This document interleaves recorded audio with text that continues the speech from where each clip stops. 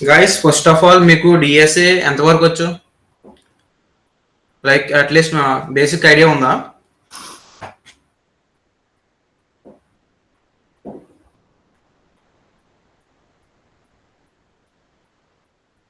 Okay. Starting ఇప్పుడు ఏంటంటే first of all నా పేరు సూర్య. నేను సిఎస్ఎం బి సెక్షన్. కానీ నేను డిఎస్ఏ మొత్తం ఈరోజు సెక్షన్లో డిఎస్ఏ మొత్తం ఒక ఓవర్ వ్యూ ఇద్దాం అనుకుంటున్నాను. ఫస్ట్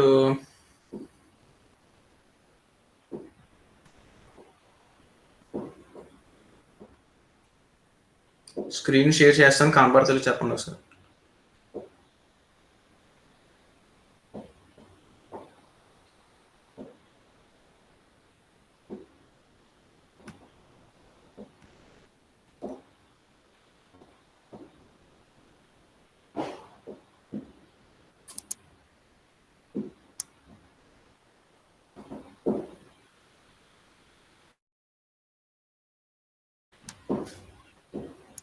నా స్క్రీన్ మీకు కనబడుతుందా? Okay.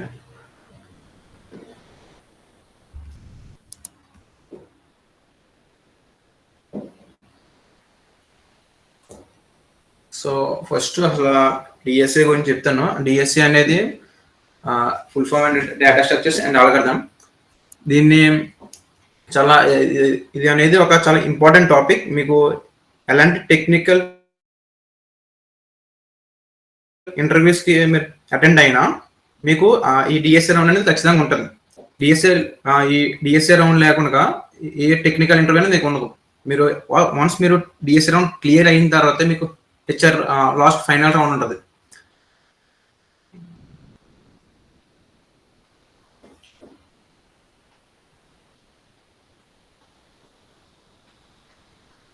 Next importance of DSA: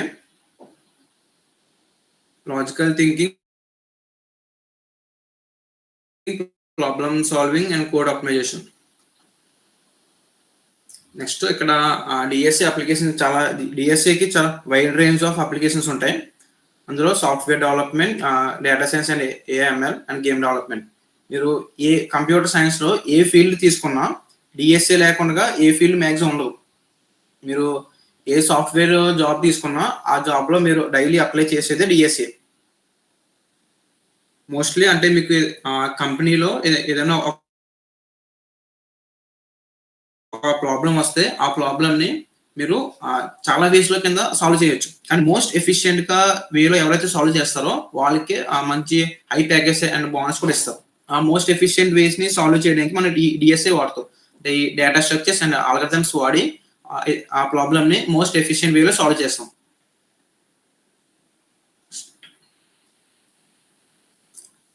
career impact: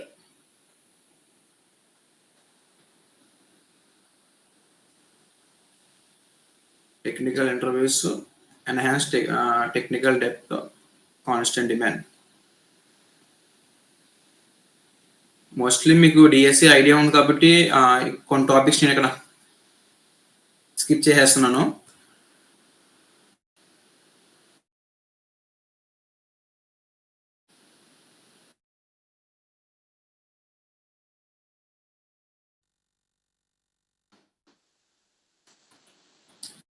next DSA ఎందుకు అంత ఇంపార్టెంట్ అంటే దీనిలో ఏదన్నా ఒక ప్రాబ్లం వస్తే ఆ ప్రాబ్లమ్ని మోస్ట్ ఎఫిషియెంట్గా ఎవరైతే సాల్వ్ చేస్తారో వాళ్ళకి ఎక్కువ ప్యాకేజ్ ఇస్తారు.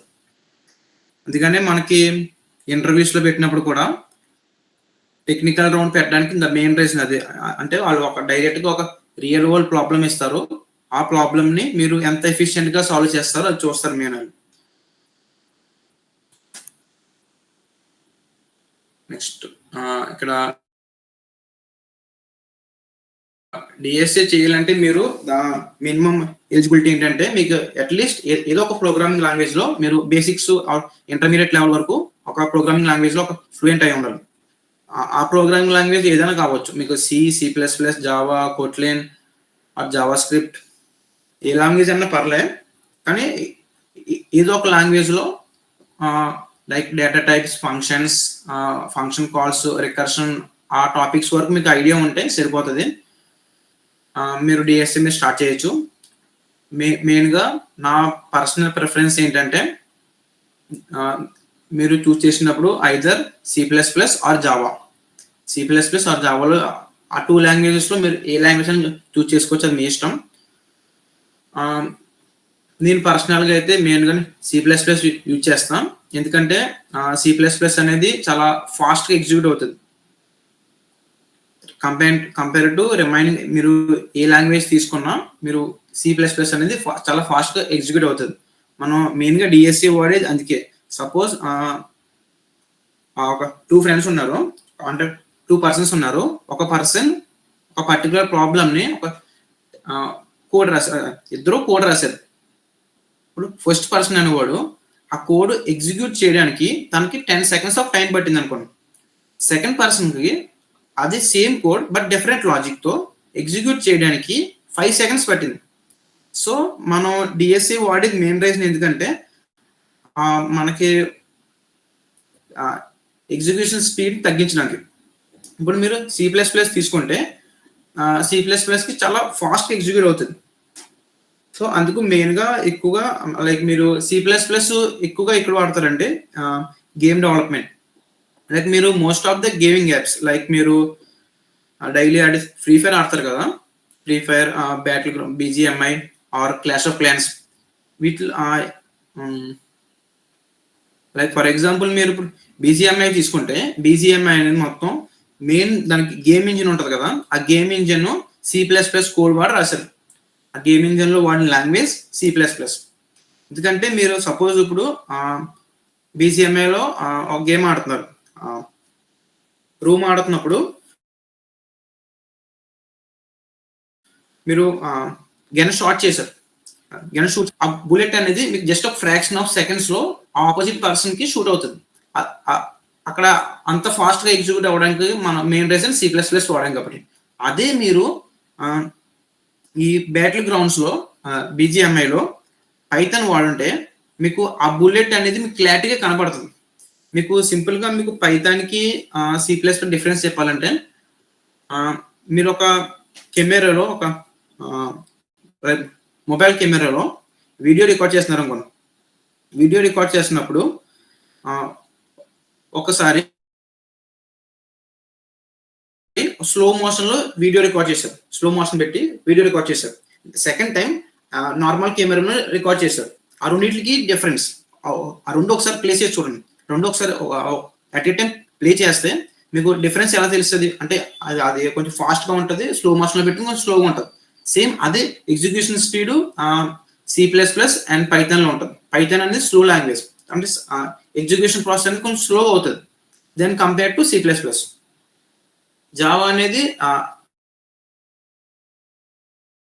స్లో కాదు, అలాగని ఫాస్ట్ కాదు. Intermediate. But most of the మనకి యాప్ డెవలప్‌మెంట్ మొత్తం జావాలో ఉంటది. ఆండ్రాయిడ్ యాప్ కానీ మోస్ట్‌లీ ఆండ్రాయిడ్ యాప్స్ జావా వాడతారు. సపోజ్ మీకు ఇప్పుడు ఏ లాంగ్వేజ్ చూజ్ చేసుకోవాలో తెలీదు అనుకుంటే మీరు నా పర్సనల్ చాయిస్ ఏంటంటే C plus plus or Java. Whether మీకు ah, C plus plus, Java, Python or C ఏ లాంగ్వేజ్ మీకు బేసిక్స్ కూడా ఐడియా లేకపోతే ఆల్రెడీ ఆహ్, లా లాస్ట్ వీక్ ఆహ్, ఆహ్, మా friend Bhanu Kotlin language start చేశాడు. ఒక బేసిక్స్ ఆఫ్ కొట్లిన్ చెప్పాడు. అంటే ఫంక్షన్ ఎలా వాడాలి, డేటా టైప్స్ ఏం చేయాలి, డేటా టైప్స్ ఎలా డిక్లేర్ చేయాలి చెప్పాడు. ఇన్ కేస్ మీకు ఆ సెక్షన్ మీరు మిస్ అయితే మీకు వాట్సాప్ గ్రూప్‌లో నేను ఆ సెక్షన్ రికార్డింగ్ సెక్షన్ లింక్ మీకు పెడతాను. మీకు అంటే మీకు సి తెలీదు, Java, Python, C plus plus అలా ఏ లాంగ్వేజ్ తెలియకపోతే మీరు కొట్లిన్‌తో స్టార్ట్ చేయొచ్చు. మీకు మెయిన్ అంటే డీఎస్ఏకి అంటే ఒక పర్టిక్యులర్ లాంగ్వేజ్ అని కాదు. ఏదో ఒక లాంగ్వేజ్. ఏ లాంగ్వేజ్ అయినా సరే పర్లేదు. బట్ ఆ లాంగ్వేజ్‌లో మీకు బేసిక్స్ క్లియర్ అయితే సరిపోద్ది.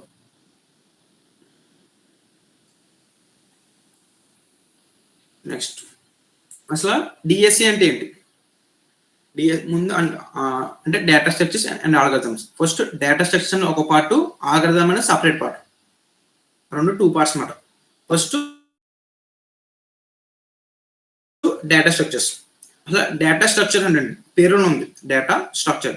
అంటే డేటాని ఒక వెల్ ఆర్గనైజ్డ్ వేలో ఒక స్ట్రక్చర్ ఫార్మాట్ లో స్టోర్ చేయడం, దాన్ని డేటా స్ట్రక్చర్ అంటారు. ఫర్ ఎగ్జాంపుల్, మీరు లైబ్రరీకి వెళ్ళారు, మన కాలేజ్ లైబ్రరీకి వెళ్ళారు అనుకోండి. మన కాలేజ్ లైబ్రరీలో ఒక ఆల్మోస్ట్ ఒక 500+ బుక్స్ ఉంటాయి. ఆ బుక్స్ మీకు ఒక గుప్ప కింద వేస్తారు అనుకోండి. లైక్ ఇప్పుడు కొబ్బరికాయలు వేస్తారు కదా, అలాగా మీకు ఆ బుక్స్ అన్ని పెట్టేస్తే మీకు ఒక పర్టికులర్ మీకు ఫర్ సపోజ్ మీకు సి లాంగ్వేజ్ కావాలి, సి లాంగ్వేజ్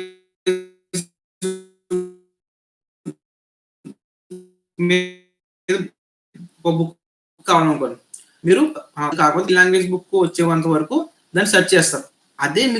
అదే నెంబర్ ఆఫ్ బుక్స్ ఒక స్ట్రక్చర్డ్ ఫామ్, ఒక స్ట్రక్చర్ సెల్ఫ్స్ రోస్ లో మీకు పెడితే మీకు సెర్చ్ చేయడం చాలా ఈజీగా ఉంటుంది. అంటే ఫర్ సపోజ్ మీకు సిఎస్సి డిపార్ట్మెంట్ బుక్స్ అన్ని ఒక సెల్ఫ్ లో, అండ్ సిఎస్ఎం బుక్స్ అన్ని ఒక సెల్ఫ్ లో, ఈసీ బుక్స్ అన్ని ఒక సెల్ఫ్ లో, అలా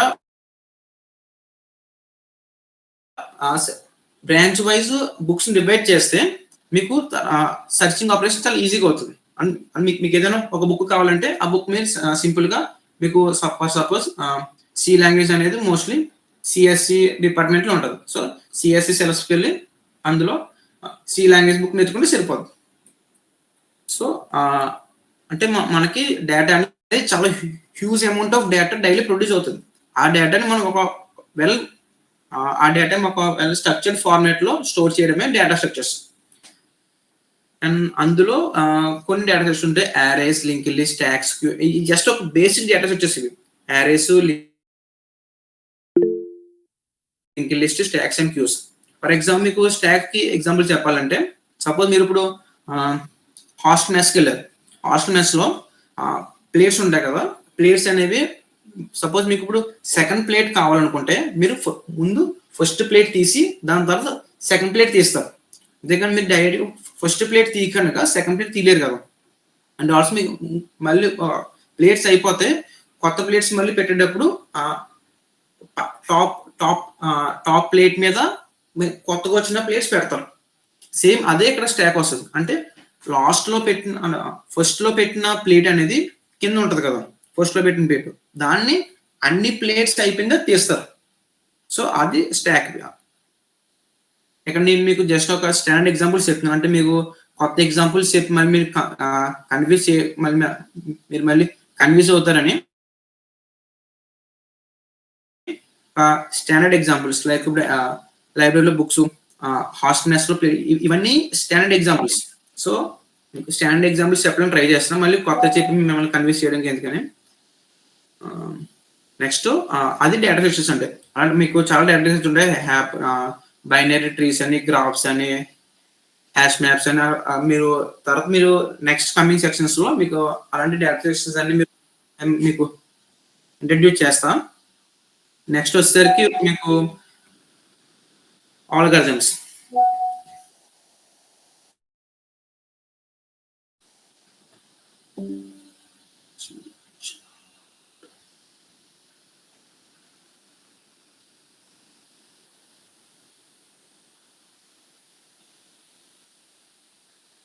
బెస్ట్ నా ఒపీనియన్ లో C++ బెస్ట్. అంటే ఫర్ ఎగ్జాంపుల్ అంటే అది కూడా నీ ఇంట్రెస్ట్ బేస్ అయి ఉంటది. మనకి ఇప్పుడు సపోజ్ ఇప్పుడు నువ్వు గేమ్ డెవలప్మెంట్కి వెళ్దాం అనుకున్నావు అనుకో, ఖచ్చితంగా నేనైతే C++ అంట. ఎందుకంటే మోస్ట్ ఆఫ్ ద గేమ్స్ మీరు ప్లే స్టోర్ లో అండ్ యాపిల్ స్టోర్ లో కూడా most of the games C++ చేస్తారు. అరే నాకు గేమ్స్ అయితే ఇంట్రెస్ట్ లేదు, just object oriented and campus interviews లో ఈ డిఎస్ఏ రౌండ్స్ అవుతున్నారు కాబట్టి, లేకపోతే డెవలప్మెంట్ సైడ్ కి లైక్ యాప్ డెవలప్మెంట్ కానీ, వెబ్సైట్ డెవలప్మెంట్ కానీ, కొంత డెవలప్మెంట్ సైడ్కి వెళ్దాం అంటే జావా ప్రిఫర్ చేస్తాం. అండ్ నెక్స్ట్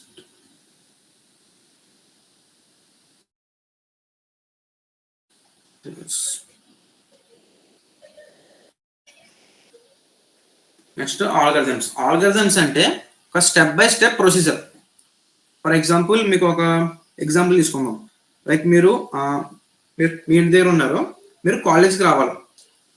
అంటే సపోజ్ మీరు మార్నింగ్ లెగుస్తారు, తర్వాత ఫ్రెష్ అప్ అవుతారు.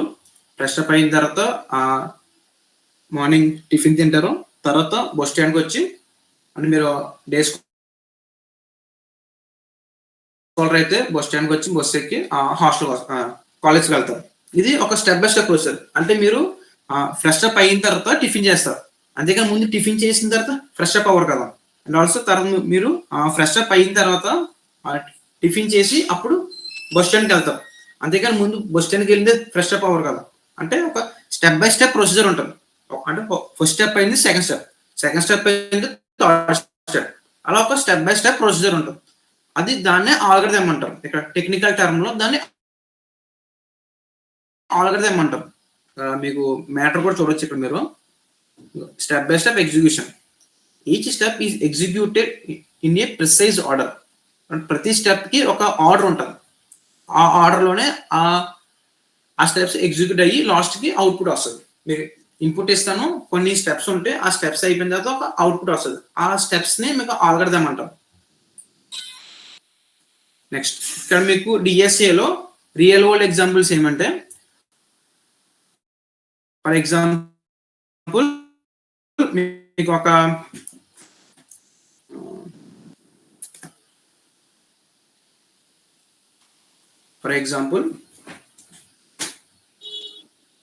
మీరు ఒక అమెజాన్ స్టోర్ ఉంది. ఇది ఒక అమెజాన్ స్టోర్ అనుకుంటే, అమెజాన్ ఆఫీస్ ఇది. ఈ అమెజాన్ ఆఫీస్ నుంచి కొన్ని ఆర్డర్స్ వచ్చినాయి. డెలివరీ ఏమో 5 డెలివరీ బాయ్స్ ఉన్నారు. ఒక్కొక్కరు కొన్ని ఆర్డర్స్ తీసుకుని డెలివరీ చేయడానికి వెళ్తారు. సపోజ్ ఒక పర్సన్ ఇక్కడ ఒక విలేజ్ ఉంది. ఈ విలేజ్ లో ఒక ఫర్ ఎగ్జాంపుల్ 4 ఆర్డర్స్ వచ్చినాయి. ఫస్ట్ ఆర్డర్ అడ్రస్ ఇది, second order and third order and fourth order.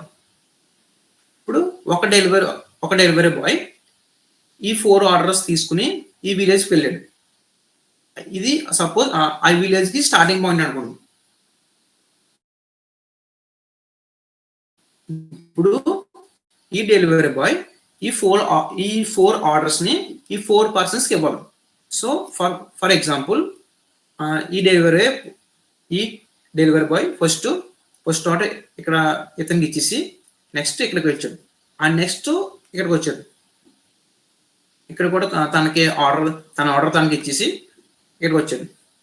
Next మళ్ళీ ఆ స్టార్టింగ్ పాయింట్, ఆ సిటీకి ఎంట్రన్స్ పాయింట్కి వచ్చేసి అక్కడి నుంచి మళ్ళీ తను ఆఫీస్కి వచ్చాడు.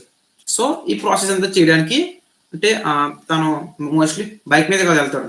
సో తనకు ఒక ఈ మొత్తం ఆర్డర్స్ అని డిస్ట్రిబ్యూట్ చేసి అండ్ మళ్ళీ తన స్టార్టింగ్ పాయింట్ రావడానికి తనకు ఒక 100 కిలోమీటర్స్ అయింది అనుకోండి. ఫర్ ఎగ్జాంపుల్ కింద ఒక 100 కిలోమీటర్స్ తను. సో ఇప్పుడు మనం ఈ డేటా స్ట్రక్చర్స్ వాడి లైక్ అల్గరిథమ్స్ వాడి ఈ 100 కిలోమీటర్స్ ని తగ్గించడానికి ట్రై చేయొచ్చు.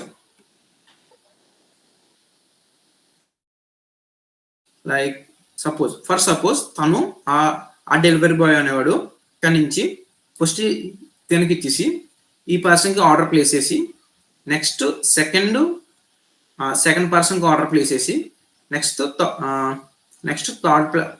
థర్డ్ పర్సన్కి ఆర్డర్ ప్లేస్ చేశాడు. నెక్స్ట్ ఫోర్త్ పర్సన్కి ఆర్డర్ ఇచ్చేసాడు. ఆ తర్వాత మళ్ళీ సిటీ స్టార్టింగ్ పాయింట్కి వచ్చేసి రిటర్న్ చేశాడు. మళ్ళీ తన ఆఫీస్ తను రిటర్న్ అయిపోయాడు. ఫర్ సపోజ్ తను ఈ ప్రాసెస్ వెళ్తే ఇలాగా ఈ ఆర్డర్లో తను ఆర్డర్ అనేది డిస్ట్రిబ్యూట్ చేసుకుని వెళ్తే తనకి ఒక 70 కిలోమీటర్స్ మొత్తం టోటల్ డిస్టెన్స్ అయింది. మొత్తం 70 కిలోమీటర్స్ అయింది అనుకోండి. సో ఇప్పుడు తను 30 కిలోమీటర్స్ సేవ్ చేశాడు. సో అలాగే అంటే జస్ట్ ఒక ఎగ్జాంపుల్ కింద. సో ఫర్ ఎగ్జాంపుల్ ఇప్పుడు అలాగా ఈ పర్సన్ అనేవాడు పర్ డేకి 100 రూపీస్ సేవ్ చేశాడు అనుకోండి. ఇలాగ తను ఇలా ఆర్డర్స్ అనేది అలా ఎఫిషియెంట్ వేలో డిస్ట్రిబ్యూట్ చేసుకుని వెళ్తే తను ఒక పర్ డేకి 100 రూపీస్ సేవ్ చేసుకుంటే అలా ఈ ఒక్క అమెజాన్ స్టోర్‌లో మనకి 5 మెంబర్స్ ఉన్నారనుకోండి. అది ఎగ్జాంపుల్ కింద 5 మెంబర్స్ ఉంటే అంటే ఈ అమెజాన్ స్టోర్ నుంచి టోటల్‌గా పర్ డేకి ₹500 ప్రాఫిట్ వస్తది. అంటే మిగులుతది. ₹500 మిగులుతది.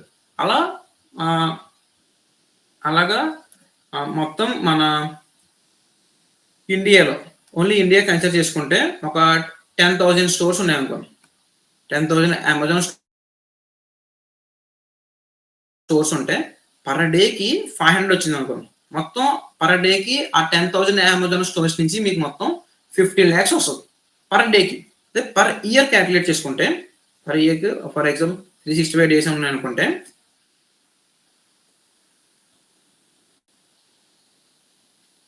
18 ఆహ్, 182.50 0.5 క్రోర్స్ వస్తదంట. అమెజాన్ తన ప్రాఫిట్ టోటల్‌గా 1 ఇయర్‌కి. ఇదంతా ఎలా వచ్చిందండి? అంటే తను ఈ 4 పర్సన్‌కి డిస్ట్రిబ్యూట్ చేయాలి. ఎంత ఎఫిషియెంట్‌గా డిస్ట్రిబ్యూట్ చేయాలనేది ఒక ఆల్గోరిథమ్స్ వాడి లైక్ మనకి ఆహ్, గ్రాఫ్ ఆల్గోరిథమ్స్ ఉంటాయి. అంటే డిస్కస్సర్ ఆల్గోరిథమ్స్ ఉంటాయి. ప్రిన్స్ ఆల్గోరిథమ్ అని, కుస్టోస్ ఆల్గోరిథమ్స్ అని, మినిమమ్ స్పానింగ్ ట్రీకి ఉంటాయి. అయన్నీ తర్వాత మనం అంటే జస్ట్ ఒక ఓవర్‌వ్యూ కింద చెప్పాను. దీనికి ఆల్గోరిథమ్స్ అని మనం అప్‌కమింగ్ సెక్షన్స్‌లో చూద్దాం. నెక్స్ట్ అలాగా డిఫరెంట్ అప్రోచెస్. నెక్స్ట్ ఇప్పుడు ఫర్ ఎగ్జాంపుల్ మీకు నావిగేషన్. నావిగేషన్ అంటే ఫర్ సపోజ్ మీకు ఊబర్ ఉంది. ఊబర్‌లో ఆహ్, మీరు ఆహ్, ఆహ్, మీరు ఊబర్ డైలీ వాడుతూ ఉంటే మీకు అర్థమవుతది. లైక్ ఎలాగంటే ఆహ్, ఫర్ ఎగ్జాంపుల్ మీరు ఇప్పుడు మిడ్‌నైట్ 11 అయింది. మిడ్‌నైట్ 11 ఫుల్‌గా వర్షం వస్తుంది. ఫుల్‌గా వర్షం వస్తున్నప్పుడు మీరు మీరు లైక్ మీరు వైజాగ్ మద్దిలపాలెం నుంచి విజయనగరం రావాలనుకుంటున్నారు. అప్పుడు మీరు ఊబర్ బుక్ చేస్తే మీకు ఆల్‌మోస్ట్ నాకు కరెక్ట్‌గా మనీ ఐడియా లేదు. ఫర్ సపోజ్ ఒక ₹500 తను చార్జ్ చేసాడనుకోండి. ఇప్పుడు మిడ్‌నైట్ 11 అండ్ ఫుల్‌గా వర్షం వస్తుంది. ఆ టైంలో మీకు ₹500 చార్జ్ చేస్తే మీరు సేమ్ డిస్టెన్స్ ఫర్ ఎగ్జాంపుల్ మీరు సెకండ్ సినారియో తీసుకుంటే మీరు ఇప్పుడు ఆఫ్టర్‌నూన్ 12 అయింది. ఆఫ్టర్‌నూన్ 12 క్లైమేట్ కూడా కూల్‌గా ఉంది. ట్రాఫిక్ అంత లేదు.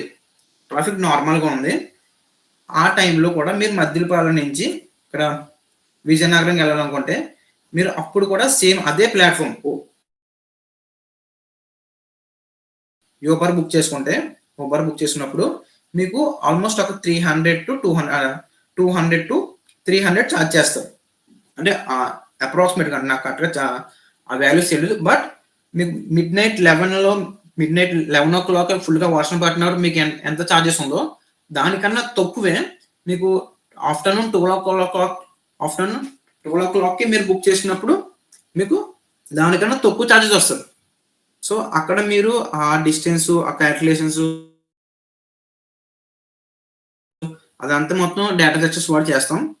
అలా కొన్ని ఆల్గరిథమ్స్ ఉంటాయి. అండ్ ఆల్సో ఆ డిస్టెన్స్ ఒకటే కాదు.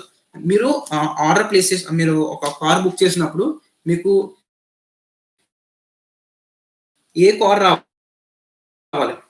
అంటే మీరున్న డిస్టెన్స్ నుంచి రిమైనింగ్ ఉన్న కార్ డిస్టెన్స్‌లో ఏది దగ్గరగా ఉంది. ఆ కార్ మీకొస్తది. బానే ఉంది. అక్కడి నుంచి మీరు విజయనగరం వెళ్ళాలంటే చాలా రూట్స్ ఉంటాయి. అందులో మీరు ఏ రూట్ ప్రిఫర్ చేయాలి అనేది కూడా ఈ షార్టెస్ట్ పాత్ ఆల్గరిథమ్స్ ఉంటాయి. దాని ద్వారా అయన్నీ డిసైడ్ చేస్తారు. నెక్స్ట్ ఫైనల్‌గా ఏంటంటే నో పెయిన్ నో గెయిన్. మీరు ఫర్ సపోజ్ మీరు ఇప్పుడు ఇక్కడ జిమ్‌కెళ్తున్నారు. జిమ్‌కెళ్ళకన్నా ముందు మీరు ఒక పర్ డేకి 20 పుషప్స్ చేయగలరనుకోండి. మీరు 30 డేస్ డైలీ పుషప్స్ చేశారు. డైలీ జిమ్‌కెళ్లారు అండ్ పుషప్స్ చేశారు. అప్పుడు మీరు ఒక 30 డేస్ తర్వాత ఒక 50 పుషప్స్ చేయగలరు. సో, అలాగా మీరు ఒక జాన్‌లో జాన్‌లో స్టార్ట్ చేశారు. జాన్ మాకు 31 డేస్ కూడా మీరు జిమ్‌కెళ్లారు. సో, జిమ్‌కెళ్ళిన తర్వాత లాస్ట్ జాన్ 31 మీరు 50 పుషప్స్ చేయగలరు. నెక్స్ట్ ఫిబ్రవరి మొత్తం మానేశారు మీరు జిమ్. తర్వాత మార్చ్ 1న మీరు పుషప్స్ చేయడానికి ట్రై చేస్తే మీరు డెఫినిట్‌గా 50 మాత్రం తీయలేరు. 50 తీయడం మీకు చాలా కష్టం. నువ్వు మోస్ట్‌లీ ఒక 30 ఆర్ 35 30 ఆర్ 35 తీయగలరు. అదే మరి మీరిక్కడ జాన్ జాన్ 31న 50 తీయగలరు కదా! మార్చ్ ఫస్ట్ ఎందుకు 50 తీయలేకపోతున్నారంటే ప్రాక్టీస్ లేదు. సో, అదే ఆ సేమ్ అనాలజీ ఇక్కడ ఈ డీఎస్ఏకి అప్లై అవుతది. మీరిప్పుడు ఈరోజు మీకేం ఈరోజు అసలు మీకు డీఎస్ఏ నాలెడ్జ్ ఏం లేదు. Zero knowledge. బట్ మీరు రోజుకి అట్‌లీస్ట్ 1 అవర్ లేకపోతే ఒక చిన్న క్వెషన్, ఒక చిన్న టాపిక్ రోజుకో ప్రతిరోజు రోజు ఒక చిన్న టాపిక్ నేర్చుకున్నారు. నేర్చుకోవడమే కాదు దాన్ని ప్రాక్టీస్ చేయాలి. ఆ చిన్న టాపిక్ లైక్ ఈరోజు మీరు బైనరీ సెర్చ్ మీద క్వెషన్ చేశారు. బైనరీ సెర్చ్ అది ఎలా వర్కౌట్ అవుతుందో చూసారు. నెక్స్ట్ ఆ బైనరీ సెర్చ్ మీద ప్రాబ్లమ్ చేయాలి. 1 ఆర్ 2 ప్రాబ్లమ్స్ సరిపోదు. ఎక్కువ అవసరం లేదు. కానీ అది మాత్రం నేను డైలీ చేస్తూ ఉండాలి. అప్పుడే మీరు డీఎస్సీలో మీరు షార్ప్ అవ్వకూడదు. అసలు డీఎస్సీ చెప్పడం చాలా కష్టమైన సబ్జెక్ట్ ఇది. బట్ డైలీ చేస్తే ఈజీగా ఉంటది. అది నెక్స్ట్ ఓవర్‌వ్యూ ఇచ్చాను. నెక్స్ట్ ఇప్పుడు డీఎస్సీ స్టార్ట్ చేద్దాం. First time and space complex చెప్తాను. మోస్ట్‌లీ మాక్సిమం పీపుల్‌కి టైమ్ అండ్ స్పేస్ కాంప్లెక్స్ మీద కొంచెం ఐడియా లేదు. సో, అందుకని స్టార్ట్ చేద్దాం అనుకున్నా. ఫస్ట్ టైమ్ కాంప్లెక్సిటీ అంటే మీరు ఒక కోడ్ రాశారు. ఆ కోడ్ అనేది కోడ్ మీరు ఎంత టైము ఆ కోడ్ రన్ అవ్వడానికి ఎంత టైం తీసుకుంటుంది. అది మెయిన్ టైం కాంప్లెక్సిటీ అంటారు దాన్ని. ఇక్కడ మ్యాటర్ ఉంది. ఒకసారి చూడండి. అర్థం కాకపోతే మీరు కామెంట్‌లో లేకపోతే వాట్సాప్ గ్రూప్‌లో అడిగినా పర్లేదు. నాకు పర్సనల్‌గా కాంటాక్ట్ అయినా పర్లేదు. నేను క్లాస్‌లో ఉంటాను.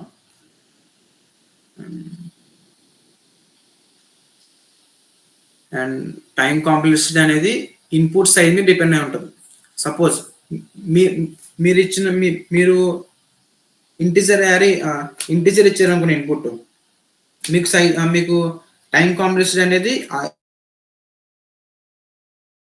ఆ ఇన్పుట్ నెంబర్ మీద ఉంటది.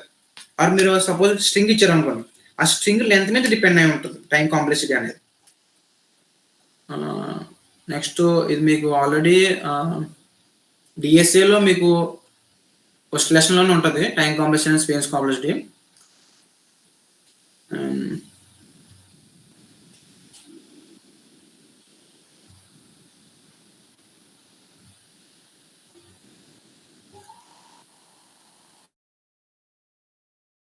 నెక్స్ట్ ఇక్కడ ప్రింటింగ్ అండ్ నెంబర్స్. ఇక్కడ దీనికి మనం టైం కాంప్లెక్సిటీని ఎలా క్యాలిక్యులేట్ చేద్దాం చూద్దాం. సో, ఇక్కడ నేను కోడ్ ఇచ్చాను. Print 1 to n numbers.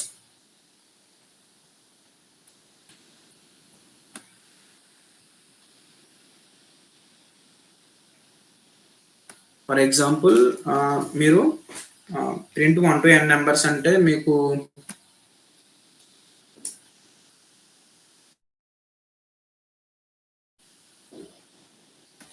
ఏముంటది సింపుల్‌గా ఫర్ లూప్‌లో అంటే నేను ఇక్కడ నార్మల్ సింటాక్స్ రాస్తాను. సుడో కోడ్ కింద రాస్తాను. ఫర్ i ఈక్వల్ టు 1 నుంచి n వరకు తీసుకుంటారు. జస్ట్ ఆ నెంబర్ని ప్రింట్ చేసేస్తారు. ప్రింట్ i అంటారు. అదే కదా ప్రింట్ 1 to n నెంబర్స్‌లో. సో, మీరు ఫస్ట్ ఇక్కడ మీకు దీనికి మొత్తం టైం అంటే మొత్తం ప్రోగ్రామ్ రన్ అవ్వడానికి ఎన్ని స్టెప్స్ అవుతుంది. ముందు i అనేది 1తో ఇనిషియలైజ్ చేస్తున్నారు. నెక్స్ట్ i అనేది less than or equal to n. ఇది కండిషన్.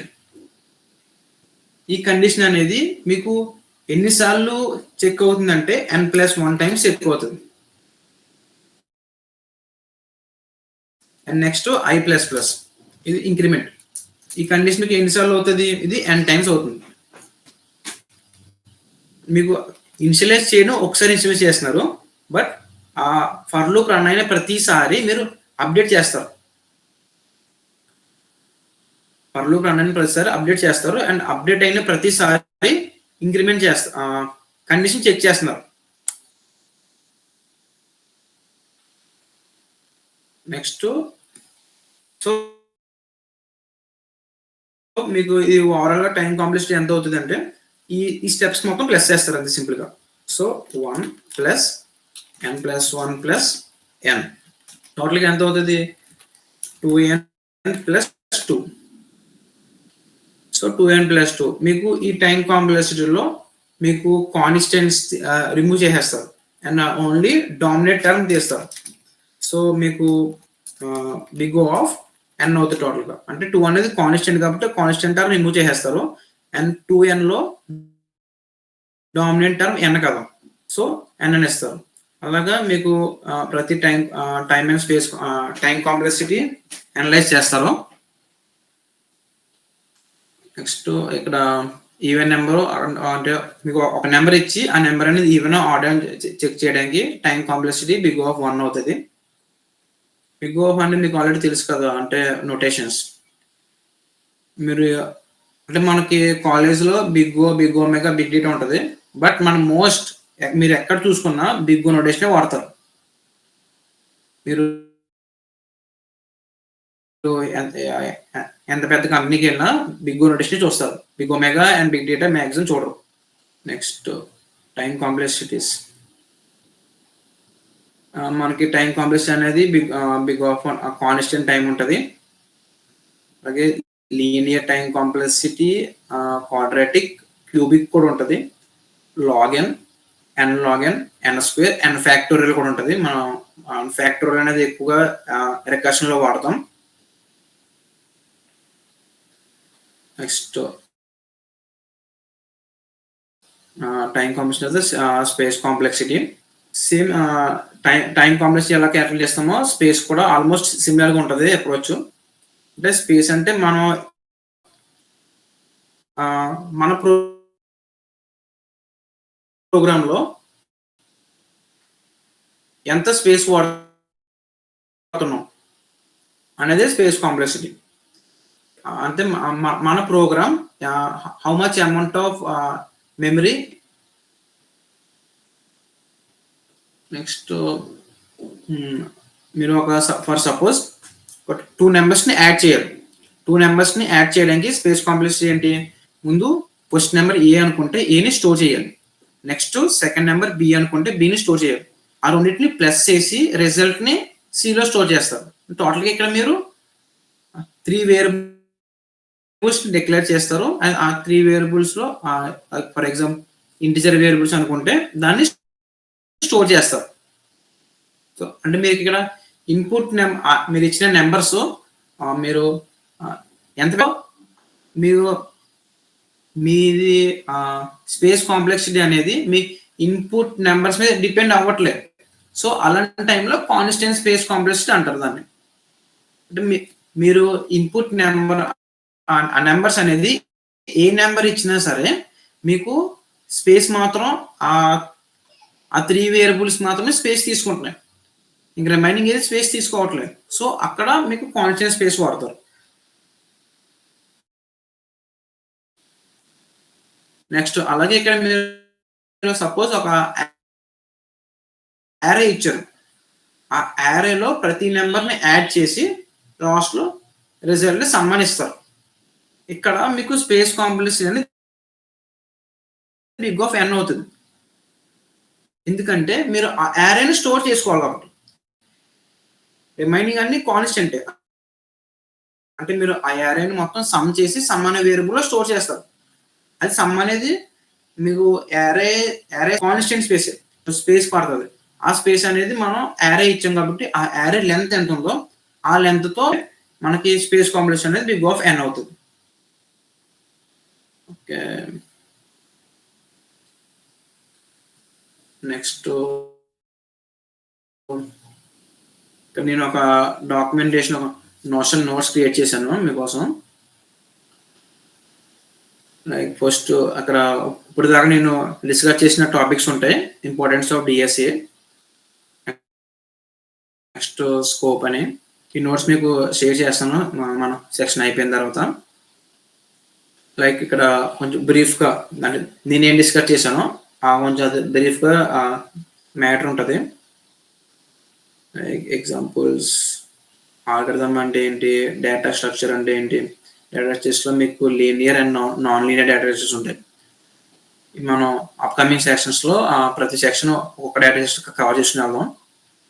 నెక్స్ట్ ఆల్గరిథమ్స్ ఉంటాయి. రియల్ లైఫ్ అనాలజీ అంటే ఏంటి? Maggi noodles making. ఇక్కడ నేను మీకు ఇది స్టాండ్ ఎగ్జాంపుల్ మాట ఇది. మోస్ట్‌లీ మన క్లాస్‌లో కూడా మాక్సిమం ఎక్కువగా ఇదే చెప్తారు. నెక్స్ట్ ఇగో లైబ్రరీలో బుక్స్ అనేది యారేస్ వాడి స్టోర్ చేస్తారు. అంటే ఒక దాని తర్వాత ఇంకోటి స్టోర్ చేస్తున్నారు కదా! సో దాన్ని యారేస్ అంటారు. Delivery system algorithms example. Next no pain no gain. Also మీకు ఇక్కడ లాంగ్వేజ్ ఇందాక అడిగారు కదా! నా పర్సనల్ చాయిస్ అయితే సి ప్లస్ ప్లస్ అంటాను. Or C plus plus or Java. Anything is okay. But అల్టిమేట్‌గా మీరు ఒక పాయింట్ గుర్తుపెట్టుకోవాలి. Language doesn't matter. Understand the core concepts is more important. Next ఇది రోడ్ మ్యాప్ డీఎస్ఏకి. ముందు మీరు ఒక ఫండమెంటల్స్ కాన్సెప్ట్స్ అనేది క్లియర్ చేసుకోవాలి. నెక్స్ట్ అరేస్, లింక్ లిస్ట్, కొన్ని data structures, important data structures. మోస్ట్‌గా మనకి ఫ్రీక్వెంట్‌గా ఇంటర్వ్యూలో ఏం అడుగుతున్నారో ఆ డేటా స్ట్రక్చర్స్ మీరు క్లియర్ చేసుకుంటే సరిపోద్ది. Next searching and sortings, advanced data structures, graphs. Searching sorting అయిపోయిందంటే రికర్షన్ గ్రాఫ్స్. మీరు ట్రీస్ అండ్ గ్రాఫ్స్ వరకు వస్తే సరిపోద్ది. మీరు ఒక ఇంటర్మీడియట్ లెవెల్ వరకు చూసినట్టే. ఆ తర్వాత మీకు అడ్వాన్స్ కావాలి. అడ్వాన్స్ మీకు మాక్సిమం మీకు ఇంట్రెస్ట్ ఉంటే అడ్వాన్స్ చేయొచ్చు. బట్ మోస్ట్ ఆఫ్ ద మనకి ఇంటర్వ్యూస్‌లో ట్రీస్, గ్రాఫ్స్ వరకు వస్తే సరిపోద్ది. మాక్సిమం అవి కూడా రేర్‌గా అడుగుతారు. ట్రీస్ అండ్ గ్రాఫ్స్‌లో ఈజీగా ఉన్న ప్రాబ్లమ్స్ అడుగుతారు. జస్ట్ మీకు ఎలా వర్కౌట్ అవుతుంది ఆల్గరిథమ్స్ అనేవి ఎలా వర్క్ అవుతున్నాయి అని తెలిస్తే సరిపోద్ది. నెక్స్ట్ ఇప్పుడు కొన్ని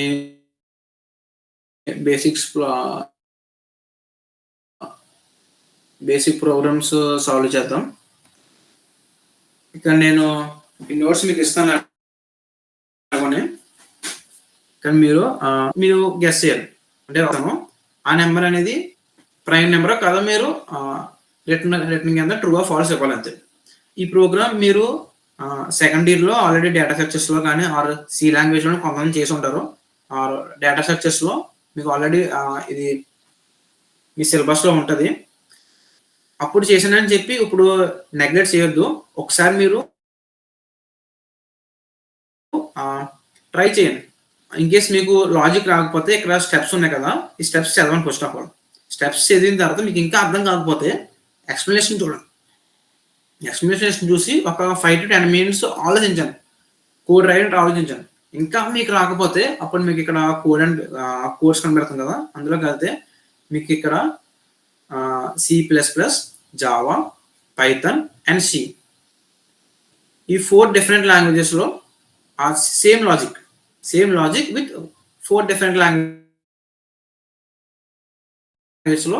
ఎలా రాస్తారు అని మీకు ఇక్కడ ప్రొవైడ్ చేశాను. మీరు ఏ లాంగ్వేజ్ చూస్ చేసినా పర్లేదు. జస్ట్ మీకు లాజిక్ అర్థమైతే సరిపోద్ది.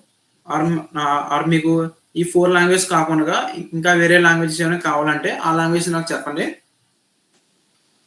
నేను అవి కూడా ఇంక్లూడ్ చేయడానికి ట్రై చేస్తా. అండ్ నెక్స్ట్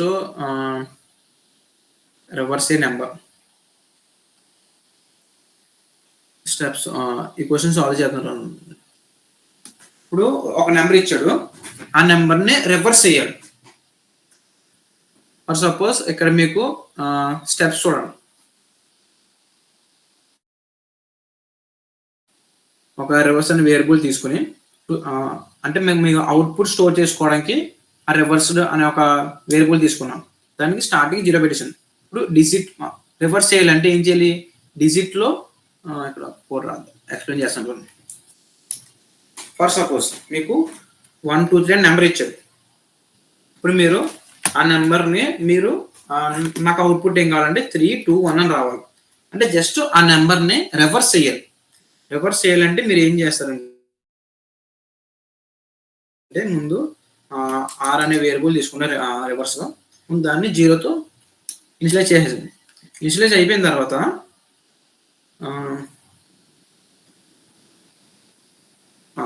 మీరు ఇది వైల్ లూప్‌లో అంటే వైల్ లూప్ ఎందుకు నేను ప్రిఫర్ చేస్తున్నానంటే మీకు ఆ నెంబర్ లెంత్ తెలీదు.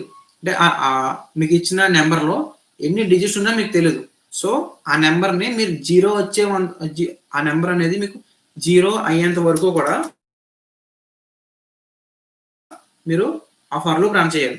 సో అందుకనే నెంబర్ అనేది గ్రేటర్ దాన్ 0 అంత వరకు కూడా మొత్తం ఫర్ లూప్ రన్ చేస్తాం. వైల్ లూప్ రన్ చేస్తాం. సో ఎప్పుడైతే వైల్ లూప్ ట్రూ అయింది కాబట్టి నేను ఏం చేస్తానంటే రిటర్న్ రివర్స్ దాంట్లో నెంబర్‌ని పర్సెంటైల్ 10 చేస్తాం. మాడ్యూలో 10 చేసాం అనుకోండి మనకి లాస్ట్ నెంబర్ వచ్చేస్తుంది. లాస్ట్ డిజిట్ వస్తుంది. సో లాస్ట్ డిజిట్ ఇక్కడ ప్లస్ చేస్తాం. సో ఇచ్చి ప్లస్ చేసిన తర్వాత రివర్స్ ఇంటూ ఈక్వల్ టు 10. మీకు ఎలా మీకు కన్ఫ్యూజ్ అవుతారేమో. R equal to r into 10. Next ఇదే simple code. Next while loop అయిపోయిన తర్వాత రిటర్న్ ఆర్ అని వేస్తాను డైరెక్ట్గా. సో ఇప్పుడు మీకు ఫర్ ఎగ్జాంపుల్ మీకు ఏమైంది ఇక్కడ n ఈక్వల్ టు 1, 2, 3 తీసుకున్నాం. n అనేది గ్రేటర్ దెన్ 0 కాబట్టి వైల్ లూప్లోకి వస్తుంది. n ఇక్కడ మళ్ళీ మనం n అని అప్డేట్ చేయాలి కదా. మన nలో లాస్ట్ డిజిట్ మనకు అవసరం లేదు. ఇంకా లాస్ట్ డిజిట్ అనేది మనం స్టోర్ చేస్తాం. సో అప్పుడు n equal to n/2. So ఇప్పుడు దీనికి డీబగ్ చేయాలంటే ఇప్పుడు స్టార్టింగ్ మీరు ఏం చేస్తారు? n ఈక్వల్ 1, 2, 3 కదా. 1, 2, 3 ఈజ్ గ్రేటర్ దెన్ 0. 0 కన్నా ఎక్కువ కాబట్టి మీరు ఏం చేస్తారు? ఇప్పుడు r వాల్యూ స్టార్టింగ్లో 0 ఉంది. మీరు r ఈక్వల్ టు అప్పుడు ఏమైపోద్ది? 3 అవుతుంది. n పర్సనల్ 10 చేస్తారు అంటే 123 పర్సనల్ 10 చేస్తే r వాల్యూ 3 అవుతుంది. నెక్స్ట్ r వాల్యూని ఇంటూ 10 చేస్తారు. సో r ఈక్వల్ టు 30 అయిపోయింది. r ఈక్వల్ 30 అయింది అండ్ n ఈక్వల్ 12 అవుతుంది. నెక్స్ట్ స్టెప్లో ఈ స్టెప్ అయిపోయిన తర్వాత n ఈక్వల్ 12 అవుతుంది. నెక్స్ట్ మళ్ళీ వైల్ కండిషన్. వైల్ ఏమవుతుంది నెక్స్ట్? ఇప్పుడు ఇక్కడ n వాల్యూ 12 అయింది.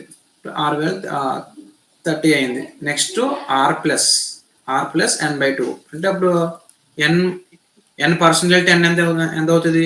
2 అవుతుంది. r value 30 plus 2 32. Next r value into 10 చేసాం అప్పుడు 0 అవుతుంది. అండ్ నెక్స్ట్ స్టెప్లో n వాల్యూ 1 అవుతుంది. 1 అనేది గ్రేటర్ దెన్ 0 కాబట్టి మళ్ళీ వైల్ లూప్ రన్ అవుతుంది. వైల్ లూప్లో r plus 10. So next n value plus 1 అయిపోతుంది. ఇంటూ 10 చేస్తున్నాం. ఇంటూ 10 చేసిన 0 అయిపోతుంది. 0 అయిపోయిన తర్వాత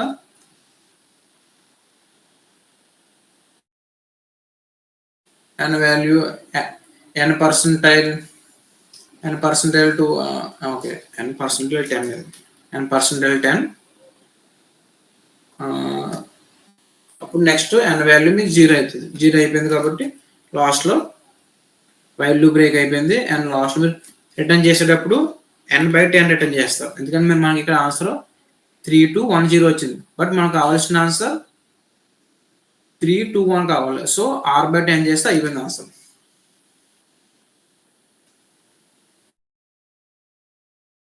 సో ఇది process. And next printing the digits and GCD. Printing the digits same మనం ఇక్కడ రివర్స్ నెంబర్ రాసాం కదా, ఆ రివర్స్ నెంబర్ ఎలా రాసామో ప్రింటింగ్ ద డిజిట్స్ కూడా సేమ్ అదే కోడ్. జస్ట్ మీరు ఇక్కడ ఆర్ వాల్యూని అప్డేట్ చేస్తున్నారు కదా, ఆ ప్లేస్లో మీరు ప్రింట్ చేస్తారండి జస్ట్. ఇంకా ఈ స్టెప్ అవసరం లేదు. అప్పుడు ఈ స్టెప్ తీసేసి ఇక్కడ ఈ వాల్యూని ప్రింట్ చేస్తారు అంతే.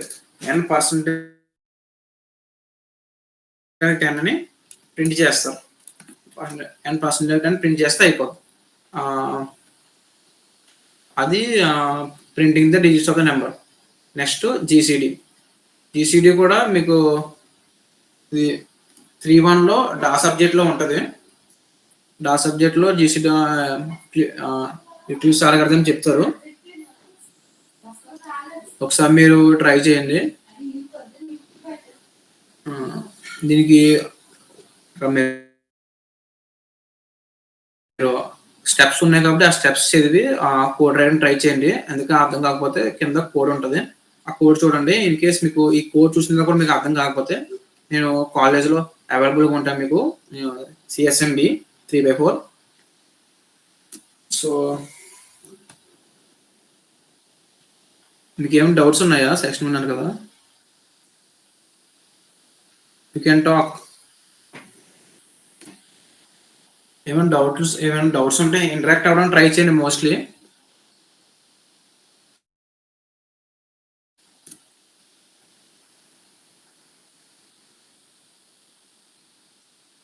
ఎలా అనిపించింది సెక్షన్?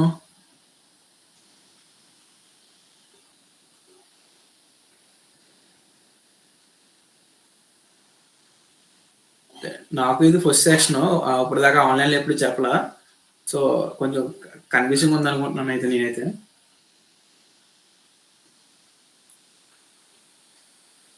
Okay, next